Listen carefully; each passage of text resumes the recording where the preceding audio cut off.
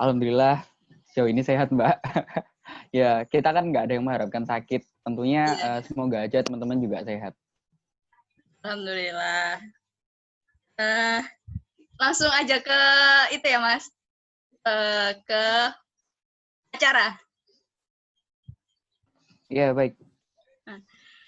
Di sini Mas Olda selama menjabat ketua himpunan, baru kali ini ya Mas Olda mengalami yang namanya, ya kayaknya semua juga baru mengalami masa-masa pandemi yang mengharuskan semua harus bekerja dari rumah. Iya, Terus, betul. Betul banget, Mbak. Ya, Mas Olda sebagai ketua Hima sendiri, apa aja sih hambatan-hambatan yang dirasa Mas Olda sendiri nih sebagai ketua himpunan selama masa pandemi ini? Karena kan kita tahu bahwa semua harus dari daring gitu loh, dari daring. Ya, baik. Untuk yang pertama, terima kasih buat teman-teman dan Mbak Rati atas ketersediaan waktunya. Jadi begini, di kala pandemi ini kan datang di Indonesia bulan Januari. Cuma pada waktu itu belum rame-ramenya nih, maksudnya belum apa ya, exposure-nya itu belum luas gitu kalau di Indonesia. Hanya di Cina, di Wuhan waktu itu. Lalu pada sekitar bulan Februari akhir itu sudah mulai ramai di Indonesia, beberapa sudah ada yang terkena. Januari sudah ada yang terkena sih, cuma kalau di bulan Februari itu lebih signifikan peningkatannya. Setelah itu otomatis pada bulan Maret waktu itu saya ingat setelah pelatihan bersama ketua-ketua lain, itu setelah saya hari Minggu pulang, itu Seninnya itu saya langsung libur. Jadi ibaratnya sebelum libur itu saya itu sama teman-teman dulu, pelatihan dulu di sana. Iya, iya. Nah, ini kan ibaratnya 3 bulan waktu itu, 3 bulan kepengurusan.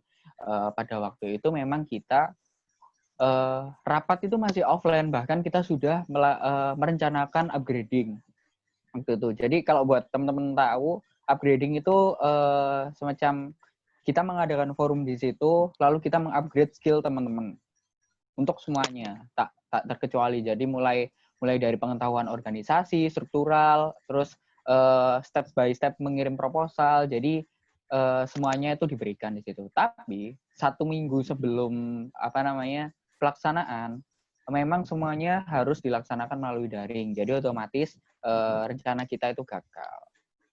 Tapi ini masih ditangguhkan. Nah, kalau dibilang hambatan setelah Maret ya, April, Mei, Juni. Sekarang Juni udah 3 bulan kita melaksanakan daring. Otomatis di setiap organisasi kita juga harus bisa menghidupkan. Dalam artian kita nggak boleh dalam masa pandemi gini terus kita putus asa, oh ya udahlah kita nggak bisa ketemu gitu. Ini nggak boleh kayak gitu. Kita sebagai organisasi, apalagi kita sebagai mahasiswa, agen perubahan, kita harus punya inovasi. Dalam keadaan apapun, setiap masalah itu pasti ada jalan keluarnya. Entah itu jalan tengah, jalan kanan, jalan kiri. Yang penting pasti ada jalannya. Nah, kalau dibilang hambatan, ini hambatan yang paling utama karena kita nggak bisa ketemu ya. Itu yang utama. Benar. Itu nggak bisa ketemu. Jelas. Nah, otomatis kan kegiatan-kegiatan yang bersifat lapangan itu tidak bisa kita laksanakan. Contohnya ada itu, misalnya PKKMB nih. Ini mungkin teman-teman semua tahu pastilah PKKMB. Ospek, mungkin bahasa di lain universitas bahasanya beda. Aku ambil bahasa umumnya aja, ospek atau pengenalan mahasiswa baru. Nah, ini kan otomatis nggak bisa nih, ibaratnya itu proker lapangan, apalagi itu proker besar, itu nggak bisa kalau dilaksanakan dalam kondisi seperti ini. Otomatis kita itu harus berinovasi bagaimana caranya sesuatu atau proker itu yang bersifat lapangan kita laksanakan daring. Pun ketika kita kan sebelum jadi pengurus itu ada namanya perencanaan. Jadi dalam 1 tahun ke depan kita akan membuat berapa proker. Prokernya apa aja, setiap bulan apa aja. Nah, otomatis proker lapangan tuh nggak bisa. Nah, sekarang banyak terjadi di bahkan hampir semua organisasi itu proker-proker yang tidak terencanakan itu terjadi. Jadi kayak kemarin di Himakota itu ada seminar, webinar itu yang membahas tentang Elitak. Jadi kalau di sini mungkin ada teman-teman luar Untak ya. Ya, ada. Elitak itu e-learning Untak. Jadi ya ada ya. E-learning Iya. Untak itu platform belajar yang dikembangkan oleh tim pengembang Untak untuk mahasiswa ilmu komunikasi. Jadi memang itu kalau saya tahunya itu sudah dari 1 tahun yang lalu. Cuman digunakan pada saat sekarang. Karena apa? Dalam pandemi seperti ini kan kalau kita mau belajar menggunakan Zoom, menggunakan Google Meet, itu kan cukup menyedot kuota banyak. Nah, dari Elitak ini dikembangkan, kita bisa dari situ walaupun tidak ada fitur video call, tapi itu kayak misalnya kita upload file nih, terus kita presentasi atau kita ngasih materi di situ, itu bisa. Nah, itu kita adain seminar tentang itu. Jadi kita ngasih edukasi buat teman-teman mahasiswa Untak gitu, seuntak. Jadi dari Himakota itu baru pertama kali ngadain seminar tentang Elitak yang ada di Untak. Dan itu kita kemarin sempat ada sekitar 200-an, hampir 200-an audiensnya. Ya memang kita publikasi H-3 itu kalau nggak salah H-3.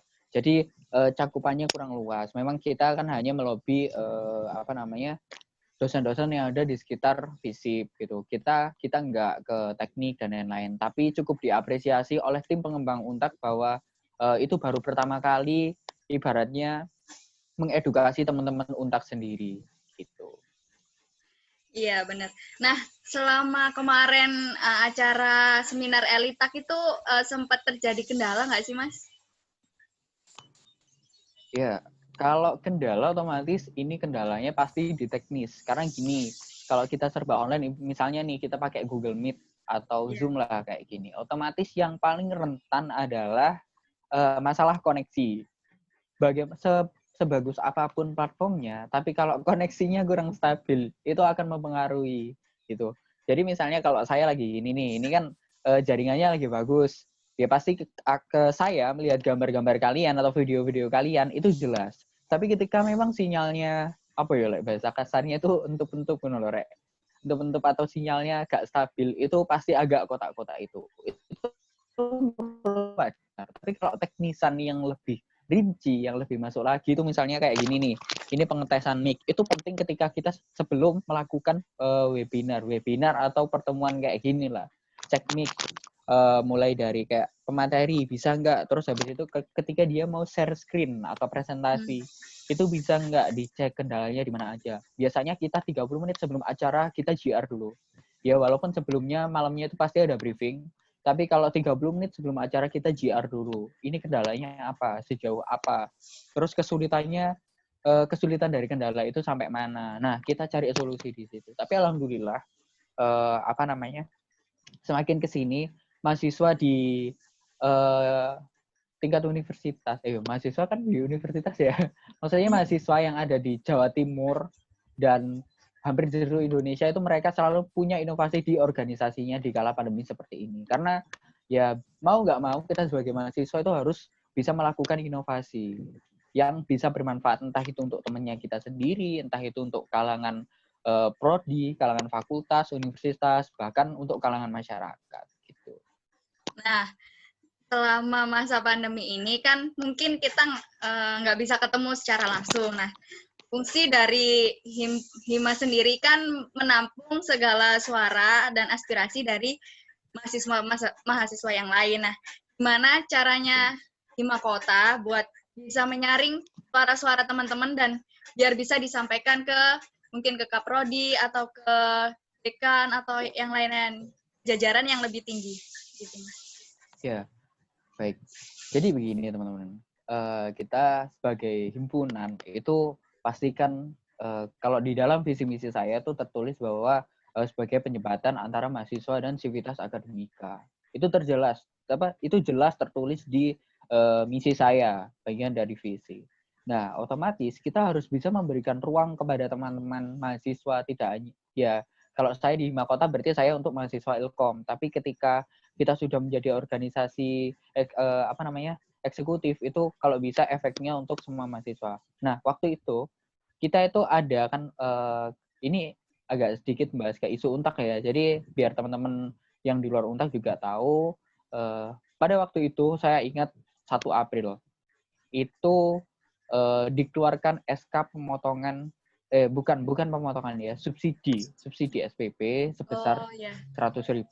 Nah, itu langsung ketika SK kita sebarluaskan, otomatis banyak yang nge-PC aku, hampir ada 100 yang nge-PC aku itu waktu itu. Ya mahasiswa Ilkom kan banyak 300 sekian, walaupun kita ada forumnya, tapi kan nggak semua anak itu mau tanya di forum gitu loh. Apalagi kita punya grup angkatan, nggak semuanya mau gitu loh. Akhirnya duh ini nggak bisa kalau ditulisin kayak gini.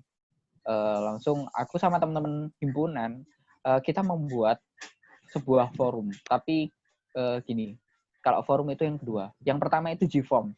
Jadi kita buat form di mana ini formatnya nama prodi, setelah itu keluhan. Jadi gini, kalau kita ingin menjaring suaranya teman-teman, kita juga harus punya tata cara yang baik. Jadi kalau kemarin kita bikin G-Form, formatnya seperti itu, jadi nama, prodi, kalau universitas kan pasti Untak, prodi. Itu rata-rata anak Ilkom, terus habis itu bawahnya itu keluhan. Jadi apa yang ingin kamu sampaikan? Kita buat 2 kolom di situ, kritik dan saran. Kalau kritikmu apa? Kritik saya kalau 100.000 itu kurang karena tidak akan ngefek, apalagi kita serba daring. 100.000 itu kurang banget loh kalau 1 bulan buat data doang, kan memang realitanya gitu. Saya juga merasakan seperti itu. Beda lagi dengan teman-teman yang menggunakan wifi ya. Ini rata-rata teman-teman menggunakan jaringan gitu loh. Nah, itu banyak konspirasi seperti itu. Terus saranmu bagaimana ya? Saran saya, saran kami itu, aku menyuarakan teman-teman ya, saran kami itu ditambahlah, jangan 100.000 gitu. Karena kurang berefek, kalau kata teman-teman itu kurang berefek.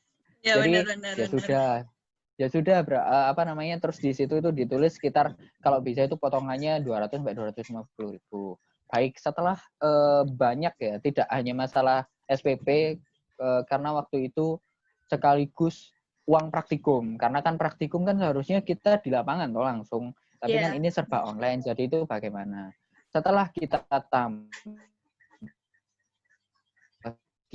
dalam artian kita bahasakan lebih baik, karena kita kan untuk diajukan ke Civitas Prodi Ilkom, kita kirim ke Kaprodi kita rangkum, kita bahasanya kita kita bagusin.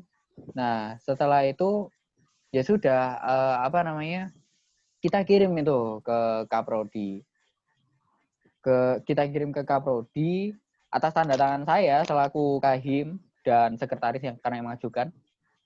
Kita kirim tuh, lalu beliau bilang, Ibu Kaprodi itu, ya sudah, setelah ini tolong dibuatkan forum yang dimana isinya itu kita membahas tentang elitak. Nah, itu elitak dulu, karena memang pada waktu itu elitak sempat membuat kalau bahasa clickbait-nya itu kayak geger gitu loh, geger di Ilkom. Karena masih dalam tahap pengembangan kan. Ada dosat itu ya, katanya di roomnya Elitak itu ada kayak promo, katanya dapat subsidi kuota gitu, iya kan?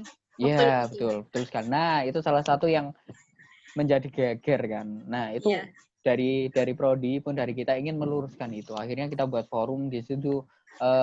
Ibu Kaprodi minta di WhatsApp. Oke, awalnya kita mau bikin G-Form gitu loh, tapi Ibu Kaprodi WhatsApp aja nggak apa-apa, biar kita ngomong-ngomong langsung. Jadi Ibu Kaprodi Bapak Kaleb itu langsung terjun di grup WhatsApp itu. Kalau kita kemarin kan memang belum terpikirkan untuk via Google Meet dan lain-lain kan. Ya sudah, kita buatkan forum itu. Setelah itu dari situ ini berpanjang nih, sekitar 1 bulan setelahnya. Setelah itu guys, setelah puasa, setelah hari raya, itu kita di himpunan ngadain halal bihalal. Tapi di situ halal bihalalnya itu tidak hanya sekedar halal bihalal, via Google Meet guys, via Google Ya. Meet halal bihalal. Jadi di situ selain halal bihalal, kita juga dari orang-orang Civitas itu menjawab tentang pertanyaannya teman-teman, entah itu dari SWP, entah itu dari bagaimana penggunaan uang praktikum, itu semuanya dijelaskan di situ. Dan alhamdulillah teman-teman banyak lah yang join di situ. Jadi kalau misalnya pertanyaan dari teman-teman waktu itu sudah terjawab di halal bihalal itu. Pun halal bihalal itu juga dihadiri bukan hanya Kaprodi dan Kaleb, tapi hampir seluruh dosen yang ada di ilmu komunikasi gitu. Berarti meskipun daring tetap ya Mas, apa suara teman-teman dari mahasiswa tetap bisa tersampaikan dengan baik? Iya, jelas karena memang kita sebagai organisasi eksekutif, ibaratnya kita ini yang dipercaya, yang diamanahi oleh teman-teman. Ya, bagaimanapun kita harus mau tanggung jawab. Kita harus bisa tanggung jawab mengemban amanah dengan baik. Karena ibaratnya gini, kalau saya mau mengibaratkan sebuah kepercayaan itu ketika sebuah piring gitu loh. Kita harus bisa memanfaatkan piring itu dengan baik. Ibarat piring itu kosong. Itu kepercayaan dari teman-teman. Kita isi dengan itu. Entah ada teman-teman yang ibaratnya kalau diibaratkan makanan itu suka daging, ya kita isi daging. Yang suka nasi, ya kita isi nasi. Jadi dari kepercayaan itu kita bikin nyaman teman-teman. Kita treatment teman-teman dengan apa yang kita bisa. Tentunya tetap memperhatikan bahasa-bahasa yang baik. Karena gini, banyak dari SDM yang ada di organisasi itu, mereka menyuarakan dari suara mahasiswanya. Tapi tidak dengan cara yang baik. Saya nggak bilang salah ya, kurang baik gitu loh. Misalnya kayak mengadakan audiensi, tapi ngeyel, tidak punya data, itu yang salah. Nah, kenapa kita bikin G-form? Kenapa kita bikin forum? Itu ada alasannya. Kalau kita bikin G-form, kita kan punya data tuh. Kita punya data yang akan kita ajukan ke Civitas. Nah, itu data itu yang kita pakai. Jadi, ibaratnya ketika memang kita ingin menyuarakan suara mahasiswa, alangkah lebih baik badan-badan eksekutif ini, kalian juga harus punya data gitu loh. Biar kalian nggak asal jeplak gitu loh. Kan gak enak sih, ibaratnya kalian sudah mahasiswa, kalian ya punyalah cara menyelesaikan masalah yang dengan baik gitu loh. Tidak harus dengan cara yang tidak punya data. Ibaratnya data itu kan pondasi nih. Data itu pondasi. Biar gak cuman ngomong aja gitu loh. Biar kita juga pegang bukti. Aku tuh ngomong ada dasarnya gitu. Kayak gitu. Ya, betul banget kayak gitu. Jadi kalau kita punya data, kita punya punya bukti, punya dasar lah, punya pondasi buat ngomong. Jadi ketika memang misalnya nih di atas ada loh, itu suara dari siapa gini, kita punya datanya, kita kasih. Jadi itu sebagai material pendukung aspirasi kita gitu. Oke. Ini tadi bahas seputar tentang bagaimana Himakota bisa menyuarakan suara dari teman-teman. Nah, sekarang aku balik ke tentang kegiatan yang seharusnya dilakukan di lapangan harus ditunda atau bahkan diganti ke kegiatan daring. Nah, Olda sebagai ketua himpunan, kan pasti ada aja nih anggota-anggota yang sulit dihubungin, ataupun mungkin dia slow respon, atau hal-hal lain lah. Nah, Mas Olda sebagai ketua himpunan itu gimana sih cara menyikapi teman-teman yang kayak gitu? Ya, baik. Jadi ini kembali ke pengelolaan SDM, sumber daya manusia yang ada di himpunan. Jadi begini, dalam posisi seperti ini kita kan hanya bisa memperhatikan perkembangan dari SDM kita itu hanya dari via online.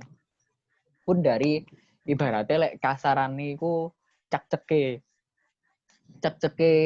SDM kan gitu, tapi hanya bisa dilihat dari online. Nah, ini sangat berbeda ketika kita di offline, karena kalau di offline kan kita bisa lihat langsung ya, dalam artian tuh kayak ketika dia di humas, bagaimana dia menghandle surat itu agar sampai ke pihak yang berwenang, kan gitu, kita bisa langsung lihat. Kalau sekarang kan memang, kalau saya bilang hampir semuanya itu mudah gitu loh, hanya tinggal kirim via WhatsApp lah, atau via email lah, itu kan gampang.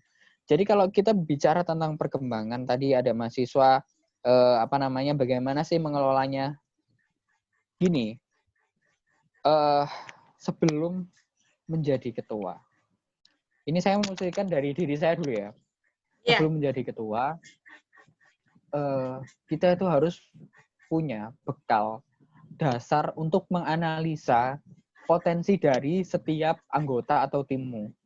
Jadi ini penting loh. Ini maksudnya kelihatannya sepele tapi penting banget hal analisa. Jadi di mana kalian tuh harus bisa mengerti bahwa anak ini potensinya di mana, anak ini potensinya di mana, anak ini punya kelebihan apa, anak ini berpotensi merusak enggak, anak ini berpotensi unggul enggak, kira-kira yang bisa dijadikan apa ya, kader, apa sih, bukan kader sih ya, kayak ibaratnya penerusnya gitu, siapa gitu, itu kita harus paham. Oh, anak ini potensi untuk diisi acara, anak ini potensi berbicaranya itu baik, kita harus bisa memahami itu.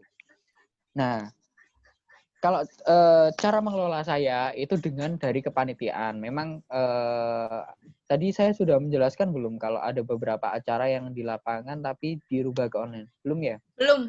Jadi Mas sekalian Olda aja. belum jelaskan. Ya. Belum. Ya, ini di tahun lalu, dari tahun lalu, 3 tahun lalu bahkan, itu kita ada namanya program kerja bercerita dalam sinema.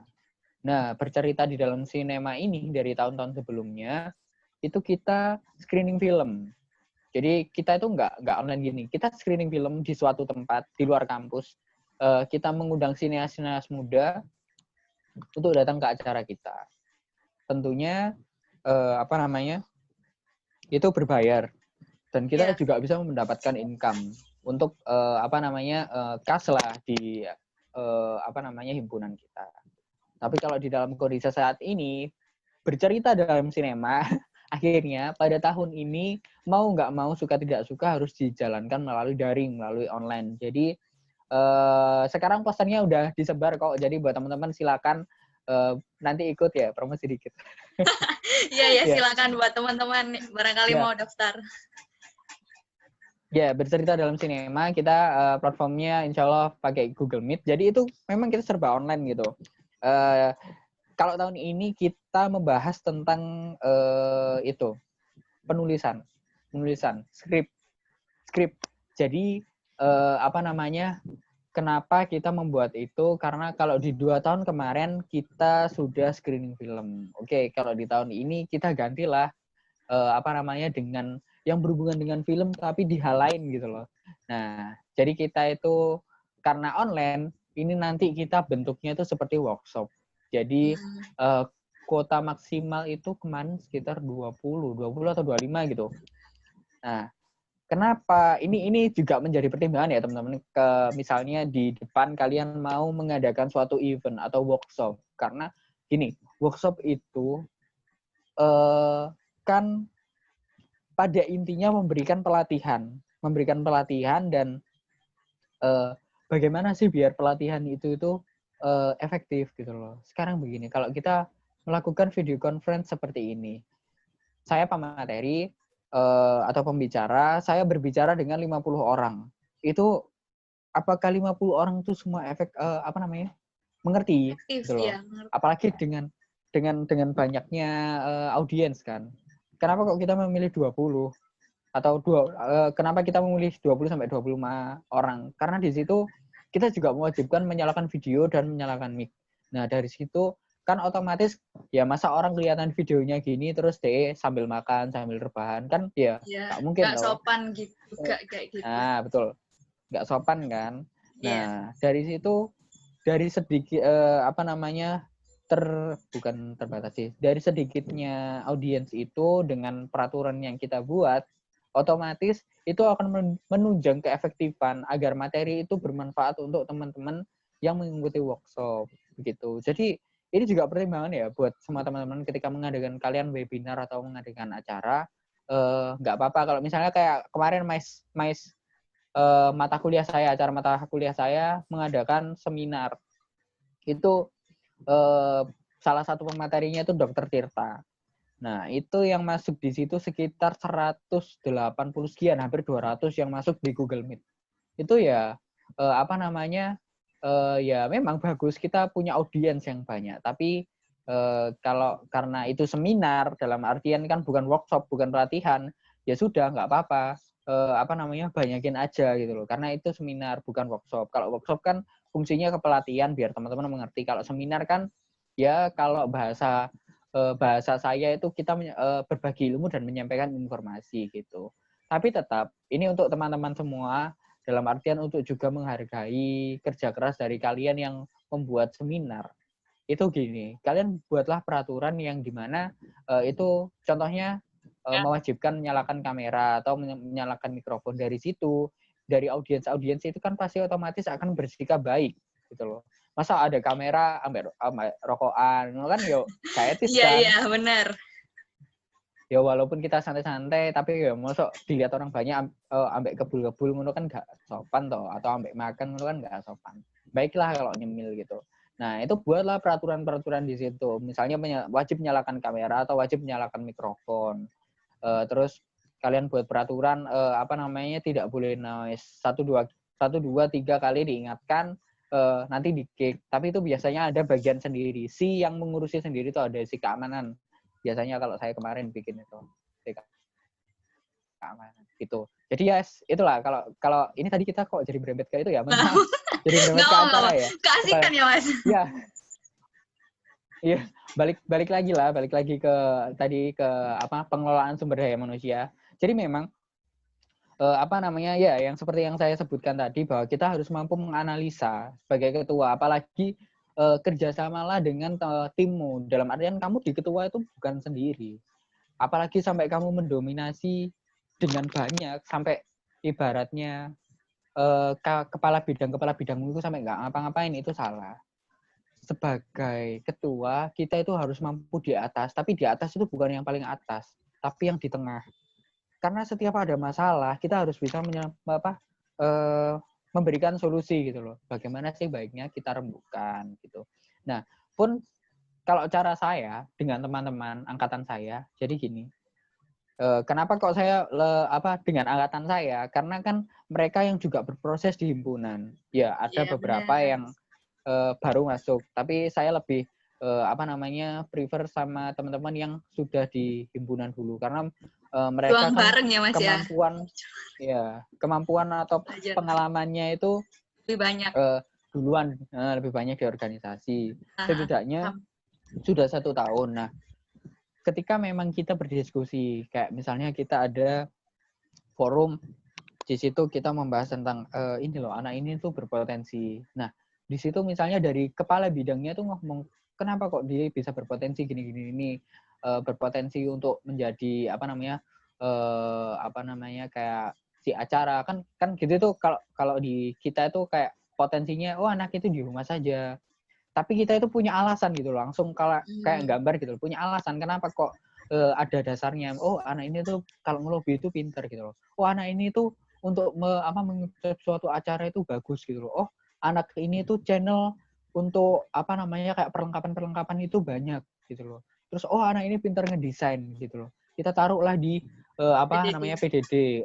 PDD itu desain dan dekorasi gitu. Tapi lebih banyak ke desain sih. Kalau dekorasi itu sebenarnya ranahnya si acara gitu. Jadi dari situ, dari perkembangan itu kita melihat. Tapi kalau dalam posisi daring seperti ini, kita melihatnya hanya dari ini takaran yang saya pakai ya, takaran dari kayak misalnya dia membuat acara, itu bagaimana dia mengonsep suatu acara. Pun ketika dia misalnya jadi humas, bagaimana cara dia melayangkan atau berkomunikasi dengan para media partner kita. Terus bagaimana cara dia bernegosiasi, itu kita lihat dari situ. Pun tidak menutup kemungkinan dari sisi lain, misalnya dari si Perkap. Bagaimana dia menyiapkan platform. Kalau Perkap kita nggak ada, namanya platform sekarang. Jadi platform expert. Jadi platform expert itu yang sosmed expert, platform expert, pokoknya itu kurang lebih sama. Itu mengurusi kayak, jadi mereka riset. Di Google Meet itu kelebihannya apa, kekurangannya apa. Di Zoom itu kelebihannya apa, kekurangannya apa. Ini bisa direkam nggak? Ini bisa sampai berapa orang gitu. Jadi sampai akar-akarnya. Nah, di situ teman-teman di platform expert itu setelah riset disesuaikan dengan apa yang diinginkan yang dikonsepkan oleh si acara. Nah, nanti tim platform expert itu yang akan menentukan apakah di Google Meet ataukah di Zoom. Kalau kita, ini juga informasi lah buat teman-teman, kalau di Google Meet itu sekarang kan gratis, jadi bisa sampai 250 orang. Itu tidak ada batas waktu. Kalau di Zoom itu yang setahu saya maksimal itu 40 menit. Tapi beberapa teman-temanku kemarin mengadakan acara seperti ini, itu lebih dari 40 menit bisa gitu. Jadi kembali lagi ke dalam kemampuan kita menganalisa, itu sangat penting gitu loh. Karena ya wis aku ketemu mereka itu cuma berapa, hitungannya 1 bulan karena kita baru mulai Maret periodenya. Nggak Iya. sampai Februari itu kita sudah mulai rapat, Februari akhir itu kita sudah mulai rapat. Ya hitungannya 1 bulan lah ya, 1 bulan. Ya belum berefek banyak gitu loh, guys. Melihatnya ya dari kinerja daringnya ini ya, semoga saja yang paling susah itu begini. Bukan susah sih, menurut saya tantangan. Tantangan saya itu begini. Dalam posisi daring ini pastikan kita merasakan suatu kejenuhan. Nah, itu Benar. bagaimana caranya kita sebagai saya sebagai ketua pun dengan wakil saya, dengan teman-teman semuanya, kita bekerja sama bagaimana di himpunan ini tidak mengantisipasi rasa jenuh gitu loh.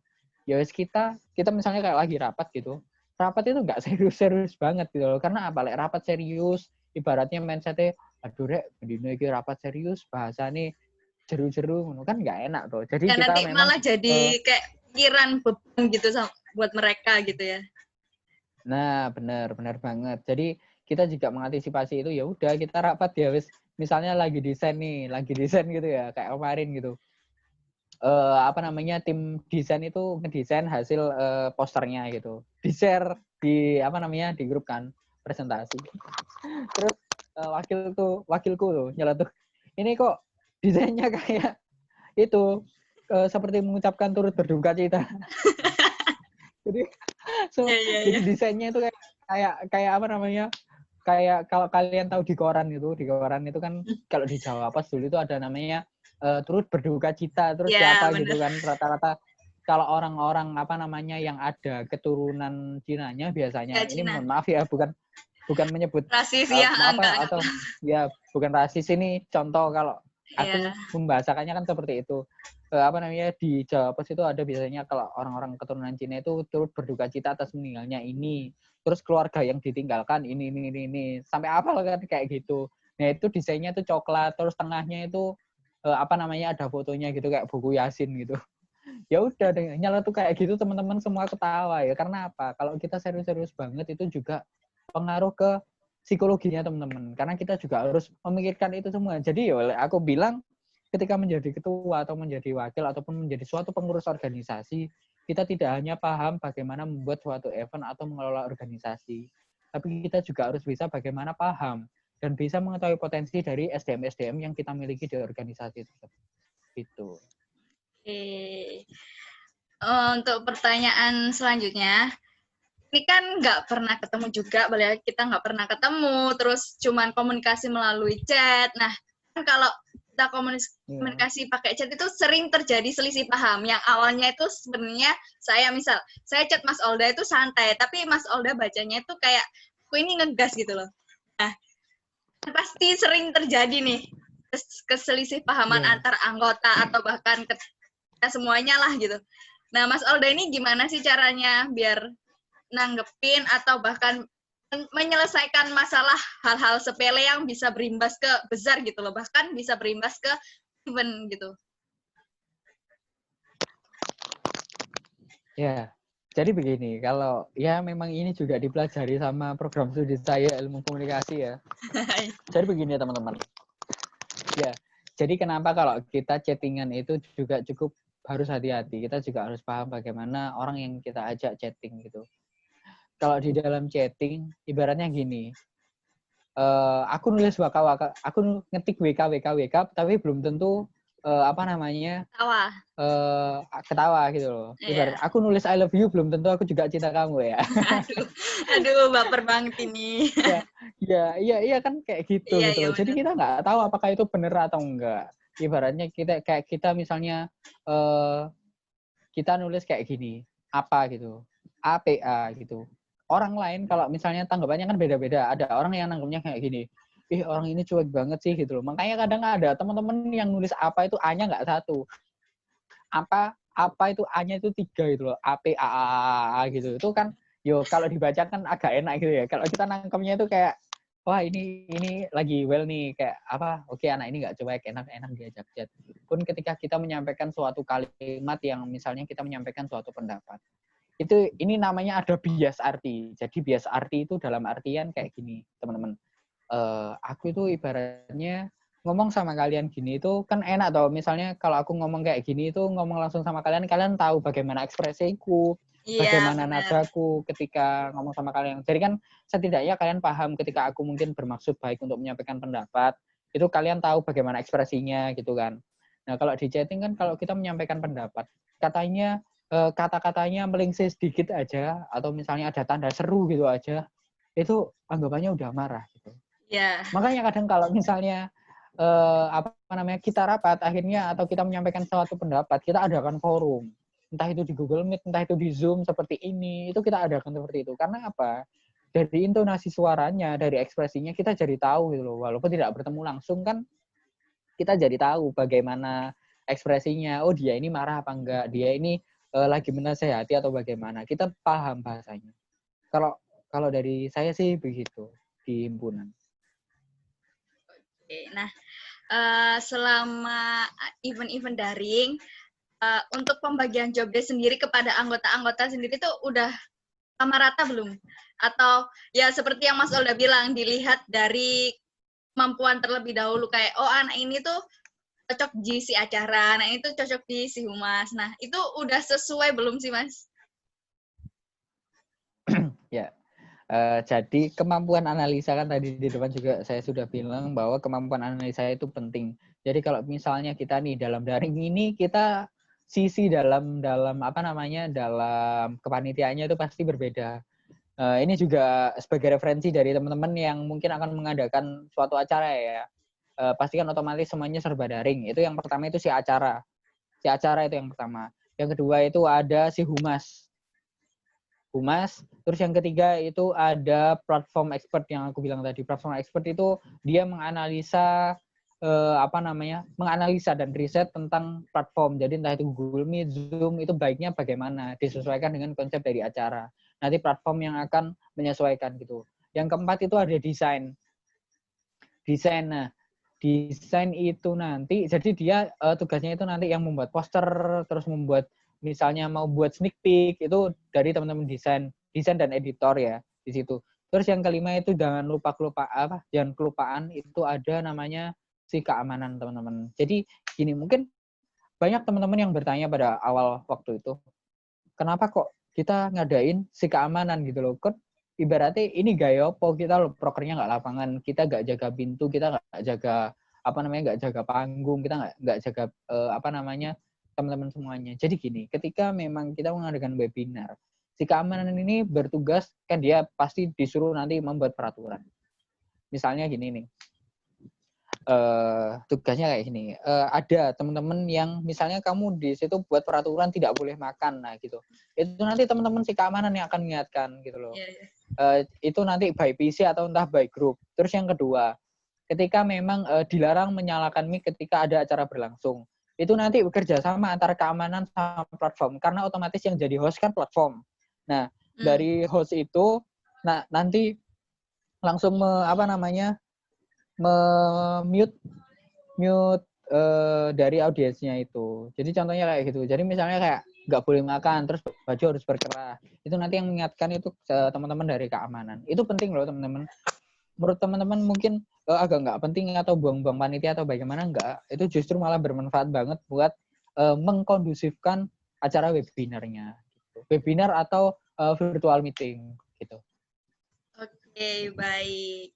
Ini waktunya sudah nggak kerasa ya, udah lama banget. Ini mungkin teman-teman, aku mau buka sesi tanya jawab. Mungkin barangkali teman-teman mau ditanyakan seputar organisasi Makota. Silahkan, boleh banget. Mumpung di sini ada kahimnya sendiri.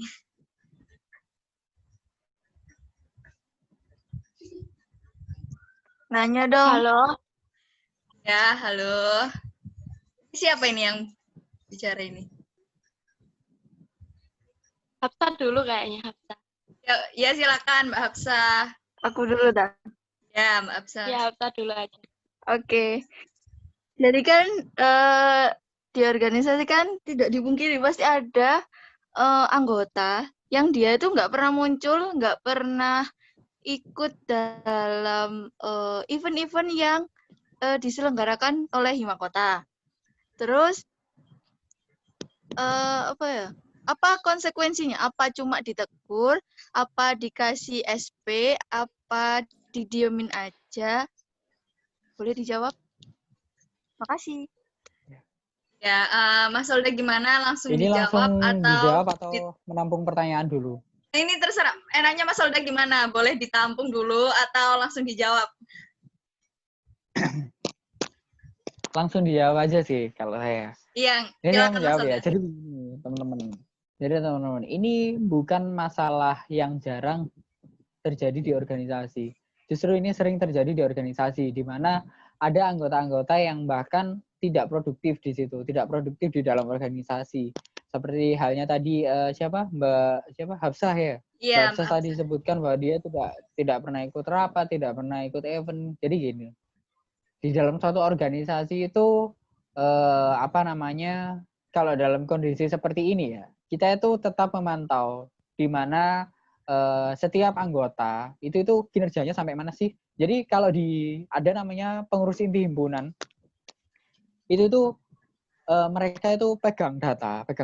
Jadi siapa sih yang nggak pernah ikut rapat, itu ada datanya di kita. Jadi itu nanti yang misalnya dari si keamanan acara terkait gitu, dia sudah mengingatkan tapi nggak bisa.